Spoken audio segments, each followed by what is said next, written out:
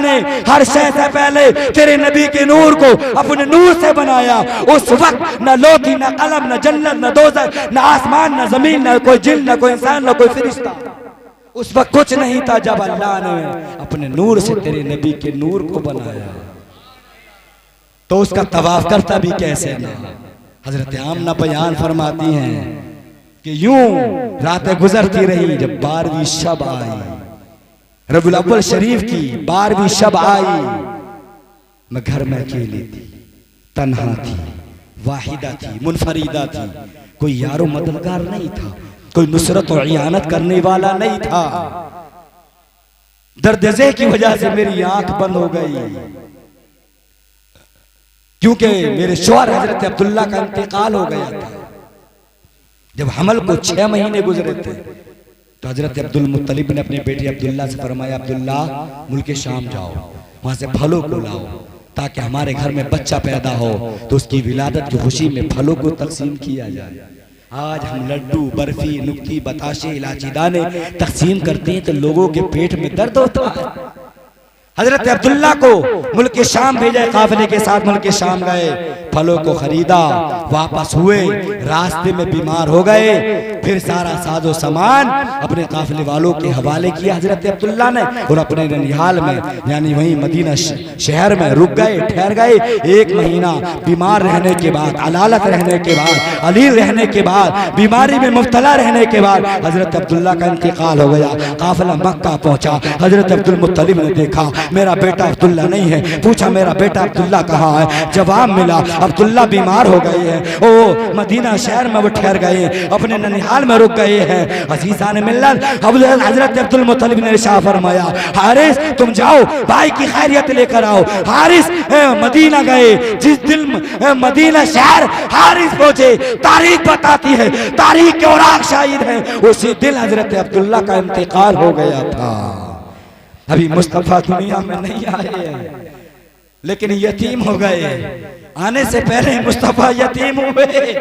जरा गौर कीजिए, सोचिए, जिस माँ के शिकम से पहला बच्चा पैदा होने वाला हो, जिसके घर में पहली खुशी होने वाली हो, और उसका बाप इस दुनिया से रुखसत हो जाए, उसका बाप इस दुनिया से इंतकाल कर जाए, उस औरत के दिल पर क्या गुजरी होगी, उसके दिल की क्या कैफियत होगी। इसमें भी हिकमतें थी, इसमें भी असरार और रुमूज़ थे, क्योंकि हजरत अब्दुल्ला अगर हयात होते और फिर मुस्तफ़ा दुनिया में जलवगर होते, दुनिया में तशरीफ लाते, तो फिर हजरत अब्दुल्ला मुस्तफ़ा को बेटा कह कर के पुकार सकते थे। ये अल्लाह को गवारा नहीं था, ये अल्लाह को पसंद नहीं था कि मेरे महबूब को उसका बाप बेटा कह कर के पुकारे। इसलिए अल्लाह ने हजरत अब्दुल्ला को पहले ही उठा लिया ताकि मेरे मुस्तफ़ा को कहा जाए तो मोहम्मद रसूलुल्लाह कहा जाए, पुकारा जाए तो या रसूलुल्लाह कहा जाए। अजीज़ान मिल्लत, हजरत आमना बयान फरमाती हैं, हजरत अब्दुल मुत्तलिब खाना काबा का तवाफ कर रहे थे। हजरत अब्दुल मुत्तलिब का खुद बयान है, काला ना तूफ बिल काबा बिल्लैला, जिस रात मोहम्मद पैदा हुए, जिस रात मेरे पोते पैदा हुए, उस रात मैं खाना काबा का तवाफ कर रहा था, खाना काबा का चक्कर लगा रहा था, खाना काबा के आसपास घूम रहा था। हजरत आमना घर में अकेली है, वाहिदा है, मुनफरिदा है, तन्हा है, कोई यार मददगार नहीं, कोई नुसरत और इयानत करने वाला नहीं। एक अजीजा खातून को मक्का की दाइयों की तरफ भेजा और कहा जाओ मक्का की दाइयों को बुला लाओ। मक्का की दाइयों ने आने से इनकार किया, इसलिए कि पैदा होने वाला यतीम है, इनाम नहीं मिलेगा, दौलत और सरबत हासिल नहीं होगी, मालो मनाल हासिल नहीं होगा, सोना और चांदी नहीं मिलेगा। मक्का का मामूल था कि जब बच्चा पैदा होता था इनाम दिया जाता था, फिर उन बच्चों को देहात की आसपास की औरतें आती थी, उन बच्चों को ले जाती थी, क्योंकि मक्का शहर की फिजा अच्छी नहीं थी, जुबान अच्छी नहीं थी, जुबान साफ सुथरी नहीं थी, दीगर ममालिक से लोग, दीगर शहरों से लोग आते थे, इख्तिलात की वजह से, मिलावट की वजह से जुबान साफ सुथरी नहीं थी, देहात की आबो हवा अच्छी थी, इसलिए कि जात की औरतें आती थी, उन बच्चों को ले जाते थे, 2 साल तक मुसलसल दूध पिलाते थे, फिर उस पर मेहनताना उसके माँ बाप दिया करते थे। 2 साल के बाद उन बच्चों को वापस कर दिया करते थे। ये मक्का का परंपरा था, ये मक्का का दस्तूर था, ये रस्म था, ये रिवाज था। मक्का की दाइयों ने आने से इनकार कर दिया। ये अजीजा खातून वापस हुई और वापस होने के बाद हजरत सय्यदा तय्यबा ताहिरा आमना से कहा, आमना मक्का के दाइयों ने आने से इनकार कर दिया है, मक्का के दाइयां आने को तैयार नहीं है। हजरत आमना की आंखों से आंसू टपकने लगे, हजरत आमना रोने लगी, दर्द ज़े की वजह से आंखें बंद होने लगी। हजरत जिब्राइल अलैहिस्सलाम जो फरिश्तों के सरदार हैं, सैयदुल मलाइका है, रब की बारगाह में अरेजा पेश किया, ऐ परवरदिगार तेरे महबूब की आमद का वक्त करीब आ गया है, तेरे महबूब के विलादत का वक्त करीब आ गया है, मक्का की दाइयों ने आने से इनकार कर दिया है। रब ने इरशाद फरमाया, जिब्राइल मक्का की दाइयों ने आने से इनकार नहीं किया है, बल्कि मक्का की दाइयों को हमने खुद नहीं आने दिया है, इसलिए कि मक्का की दाइयां है ना पाक, मेरा महबूब है पाक, हम पाक महबूब के लिए पाक दाइयों का इंतजाम करेंगे। रब ने इरशाद फरमाया, जिब्राइल जल्दी कर, यार की खिदमत के लिए 4 दाइयों का इंतजाम कर। अर्ज किया, मौला वो दाइयां किस कबीले से हो, वो दाइयां किस शहर से हो, वो दाइयां किस खानदान से हो, किस परिवार से हो। रब ने इरशाद फरमाया, जिब्राइल दाइयां आज उन औरतों का इंतखाब करना है जो आज तक किसी की दाइयां ना बनी। आज उन औरतों को चुनना है, आज उन औरतों का इलेक्शन करना है जो आज तक किसी की दाइयां ना बनी हो। अर्ज किया, मौला क्यों? रब ने फरमाया, ऐसी औरतों का इंतखाब इसलिए करना है उनकी आंखें भी पाक, उनका जिस्म भी पाक हो, उनका लिबास भी पाक हो, उनके कान भी पाक हो, उनके हाथ भी पाक हो, उनके पैर भी पाक हो, उनका अकीदा भी पाक हो, इसलिए कि मेरे महबूब का मिलाद पाक लोगों के लिए है, किसी नापाक के लिए नहीं है। रब ने फरमाया, जिब्राइल जाओ हव्वा को बुला लाओ, हाजरा को बुला लाओ, मरियम को बुला लाओ, आसिया को बुला लाओ। अर्ज क्या मौला, आसिया को क्यों बुला रहा है? रब ने इरशाद फरमाया, हमने आसिया से वादा किया था, तू मेरे मूसा कलीमुल्लाह को पाल, हम तुझे अपने हबीब की दाई बनने का शर्फ अता फरमाए। नारे रिसालत, फैजाने शहंशाहे मदीना, जश्न ईद मिलादुन नबी, सरकार की आमद, दिलदार की आमद, आका की आमद, नारे तकबीर, नारे रिसालत। बहुत अच्छा। हजरत जिब्राइल अलैहिस्सलाम ने अर्ज किया, मौला हव्वा को, हाजरा को, मरियम को क्यों बुला रहा है? मौला ये तो इस दुनिया से रुखसत हो गई है, ये तो इंतकाल कर गई है, ये तो अपनी कब्रों में आराम फरमा है। रब ने इरशाद फरमाया, जिब्राइल जा कब्रों पर जाकर के आवाज लगाना तेरा काम है। अर्ज किया, मौला क्या कब्रों पर जाऊं? कहां कब्रों पर जाऊं? अर्ज किया, मौला क्या कब्रों पर जाना जायज है? रब ने इरशाद फरमाया, जिब्राइल यही तो ज़हन देना चाहते हैं, यही तो मिजाज देना चाहते हैं, यही तो अकीदा देना चाहते हैं, यही तो एतिकाद देना चाहते हैं। तुम कब्रों पर जा करके आवाज लगाना तुम्हारा काम है, वो कब्रों से जिंदा उठाना हमारा काम है। कब्रों पर जाकर आवाज तुम लगाना ताकि दुनिया वालों को ये ज़हन मिल जाए कि कब्रों पर जाना, अल्लाह वालों के मज़ारात पर जाना बिदअत नहीं है बल्कि जिब्राइल की सुन्नत है। जिब्राइल अलैहिस्सलाम कब्रों पर गए, जाकर के आवाज लगाई, हव्वा, हाजरा, मरियम, आसिया, तुम्हें रब बुला रहा है। पीछे वाले मोहब्बत से बोल रहे हैं, अगर बात समझ में आ रही है तब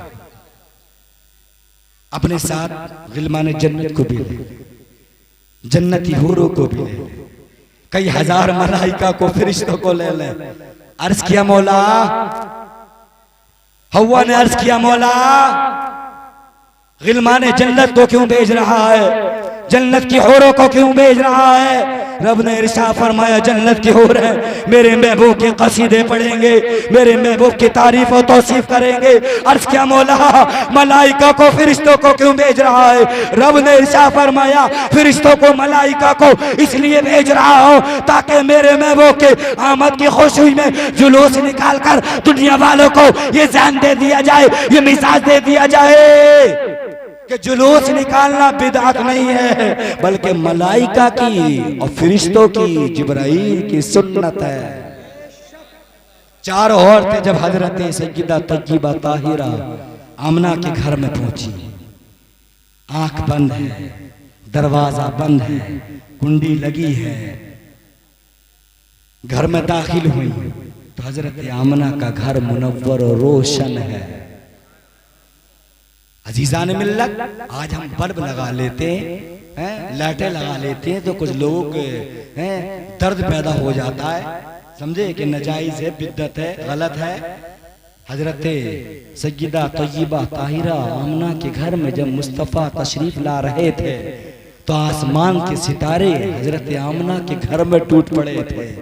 आलम तसव्वुर में और तखय्युलात में सवाल किया, ऐ सितारों तुम ये तो बताओ तुम आमना के घर में क्यों आए थे, क्यों टूट पड़े थे। तो सितारों ने जवाब दिया था हम इसलिए आए थे ताकि दुनिया वालों को जान मिल जाए कि नबी की आमद पर रोशनी करना गलत नहीं है बल्कि हम मुस्तफ़ा की बरकतें हासिल करने के लिए और आमना के घर को रोशन करने के लिए मुस्तफ़ा के घर में टूट पड़े थे। चारों मुकद्दस बीवी आमना के करीब हुई, हजरत आमना की आंख खुली, हैरत से देखने लगी, इस्तेजाब से देखने लगी, हैरान और शज़्दर है। पूछा तुम कौन हो, कहां से आई हो। तो जवाब मिला तुम हमें पहचानती नहीं हो। क्या नहीं, मैंने तो नहीं पहचाना क्योंकि तुम तो बड़ी हसीन और जमील हो, तुम तो इस दुनिया की लगी नहीं रही हो, तुम तो ऐसा लगता और कहीं से आई हो। मक्का की दाइयों ने तो आने से इनकार कर दिया है, तुम कहां से आई हो। हजरत हव्वा ने पूछा ए आमना तुम ये बात क्यों कर रही हो।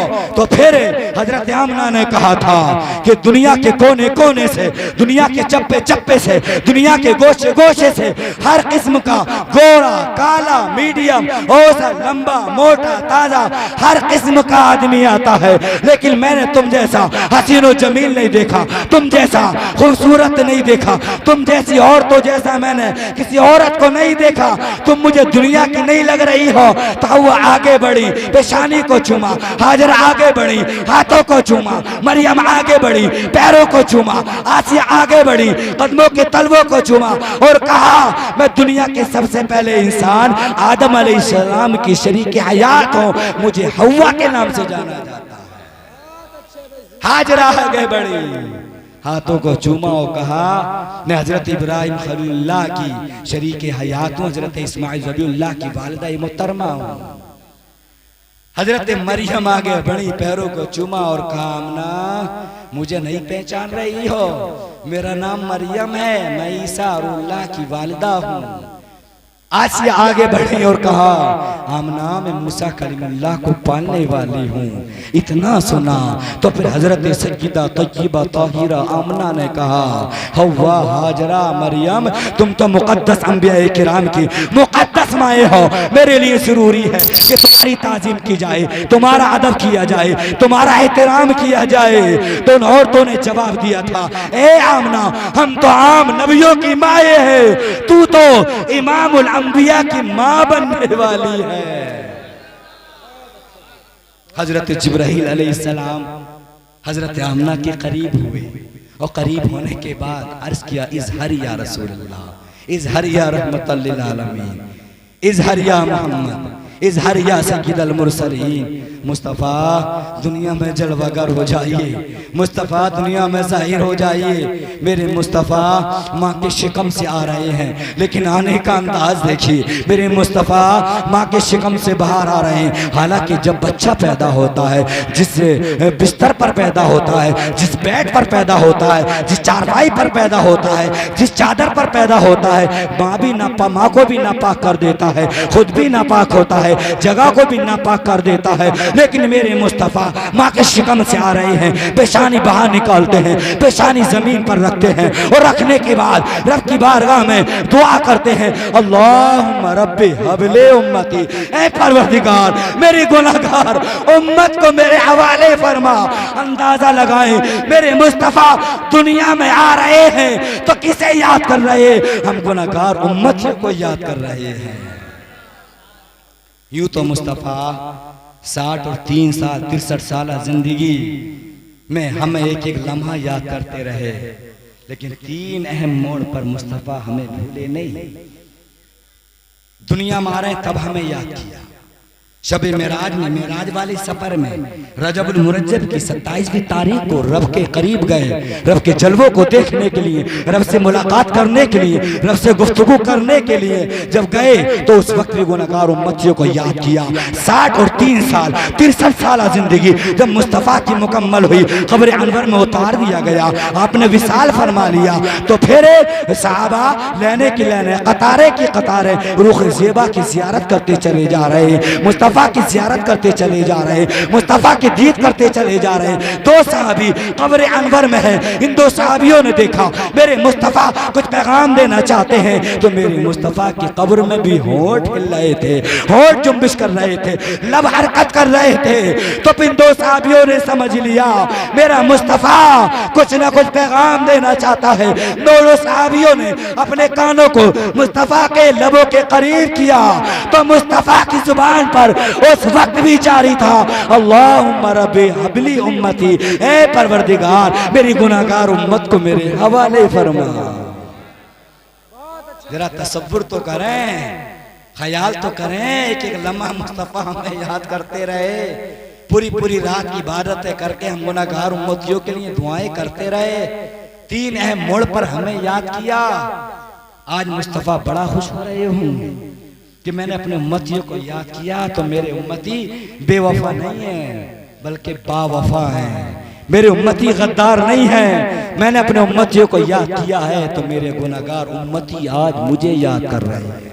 बहरहाल मेरा वक्त हो रहा है, मुझे दूसरी जगह निकलना है, समझे। अल्लाह से दुआ करेंगे मौला मुस्तफ़ा का फैज़ान हम सबको अता फरमाए, मुस्तफ़ा से इश्क करें, प्यार करें, मुस्तफ़ा के कौल व फ़ेल पर हैं अमल करके ज़िंदगी गुजार जाएंगे तो कामयाब हो जाएंगे, वरना बहरों पर खुशलोतर है सब कुछ मुस्तफ़ा के सदक़े में बना है। बरेली के इमाम ने तो यूँ कहा, ज़मीनो समा तुम्हारे लिए, मकीनो मका तुम्हारे लिए, चुनीनो चुना तुम्हारे लिए, है बने 2 जहां तुम्हारे लिए, दिल में जुबां तुम्हारे लिए, बदन में है जा तुम्हारे लिए, हम आए यहाँ तुम्हारे लिए, उठे भी वहाँ तुम्हारे लिए, और या रसूल अल्लाह तुम्हारी चमक, तुम्हारी दमक, तुम्हारी महक, तुम्हारी झलक, ज़मीनो फलक सिमा को समक में सिक्का निशान तुम्हारे लिए, तुम्हारे लिए। तो मुस्तफ़ा से प्यार करें, सीरत मुस्तफ़ा पढ़ें, सीरत मुस्तफ़ा खुद भी सीखें, सीरत मुस्तफ़ा किताब खरीदें, सीरत रसूल अकरम किताब खरीदें, खुद भी पढ़िए, बच्चों को भी सिखाइए, और फिर मुस्तफ़ा की सीरत पढ़कर ज़िंदगी गुजार के दुनिया से चले जाए। अल्लाह से दुआ करेंगे मेरे बोलने में सबकत लिसानी की वजह से कोई भूल, कोई मिस्टेक हुई हो तो मौला माफ़ फरमाए। मैं भी कलमा शरीफ पढ़ूँ, आप भी कलमा शरीफ पढ़ें, ला इलाहा इल्लल्लाह मुहम्मदुर रसूलुल्लाह व मा अलैना इल्लल बलाग मुबीन। अस्सलामु अलैकुम व रहमतुल्लाहि ताला व बरकातुहू। इंशाअल्लाह फिर कभी ज़िंदगी ने वफ़ा की तो फिर किसी मौके पर आप बुलाइए, तो और इंशाअल्लाह हुजूर का बचपन, फिर हुजूर की रहमत वाली कैफियत, हुजूर की सखावत वाली कैफियत पर मुस्तफ़ा की एक सिफत को अगर जब लिया जाएगा और उस पर गुफ्तगू की जाएगी तो आप हैरत में पड़ते चले जाएंगे कि मुस्तफ़ा की ज़िंदगी अनोखी और निराली है। अस्सलामु अलैकुम।